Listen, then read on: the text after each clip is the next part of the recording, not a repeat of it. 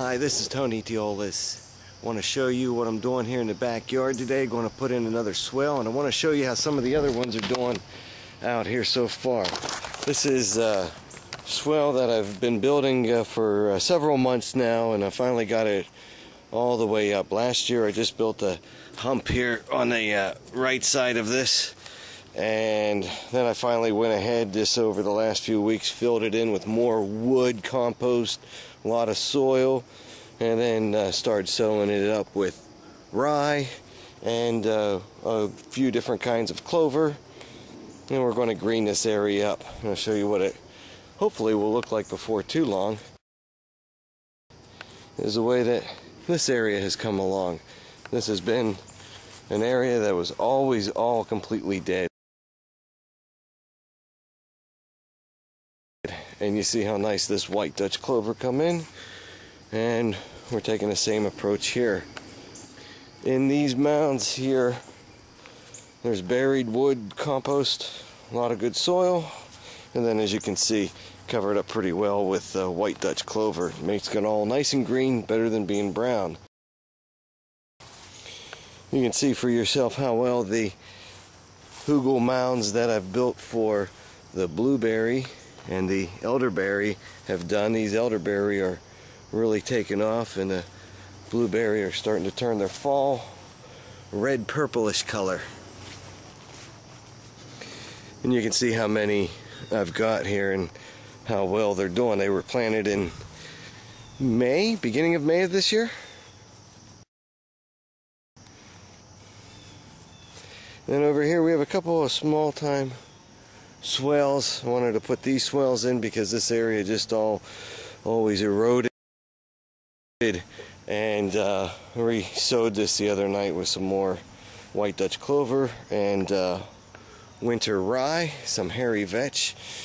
And you see how well, especially with this mound here, this clover mound here, the big stump buried in there along with, again, compost and soil, and sowed with some good seeds from Southern Exposure Seed Company.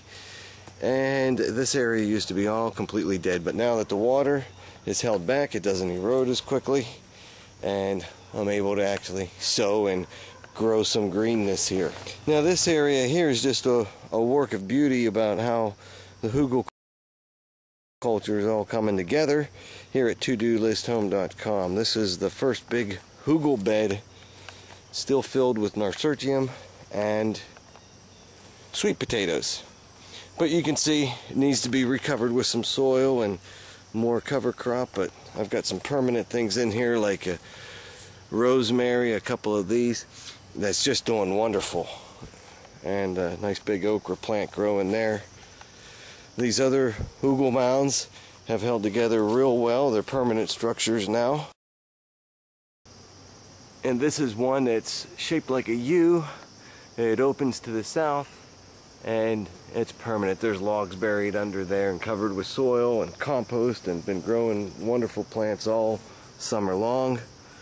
You see here, we've still got some squash going, so that says a lot for these Hugel beds. We've got some squash still growing over here too. See that? And then this bed here is a Hugel bed, and you see just how wonderfully green everything has become back here, where this just used to be a barren, bare spot. And all of this area here covered in, again, swell style, digging a ditch, covering it up with logs, covering up with soil, and sowing clover and winter rye and grasses in here, along with a whole bunch of flowers on the permanent Hugel beds. Really make this thing still look nice. And it's September 30th, 2012. This sweet potato bed here is just amazing. This is a nice big fat Hugel bed, and it's, as you can see, it's all covered with the sweet potatoes, and hopefully in another month I'll be able to yank on these vines and pull out sweet potatoes. We'll see.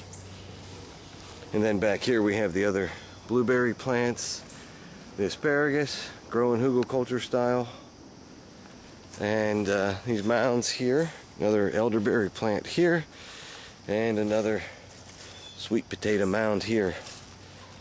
Again, these are all buried stumps, logs, branches, twigs, covered with compost, and depending on the plant, with the right kind of soil added, they've been very productive so far.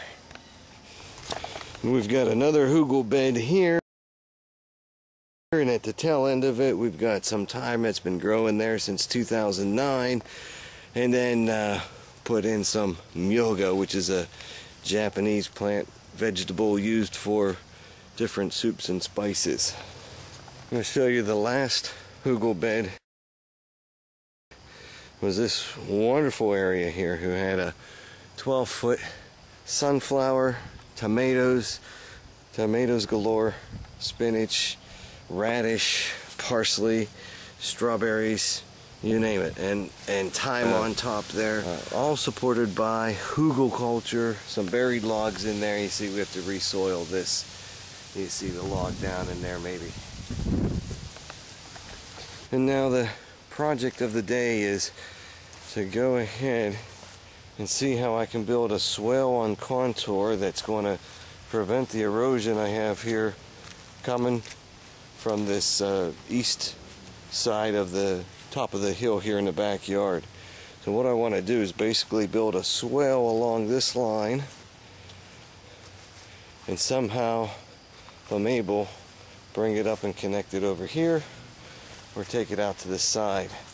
We're going to have to do this, build a swell on level. One thing I must note is that before you attempt a project like this, to call the utility companies to come out and mark your pipes as they come in underground. I've already done that over the last couple of years a couple of times.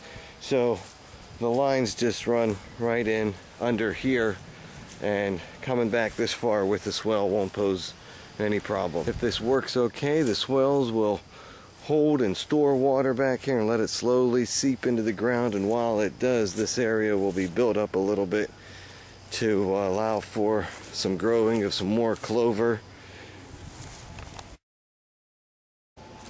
And I can already see that this area right here would be perfect for another second swell on contour.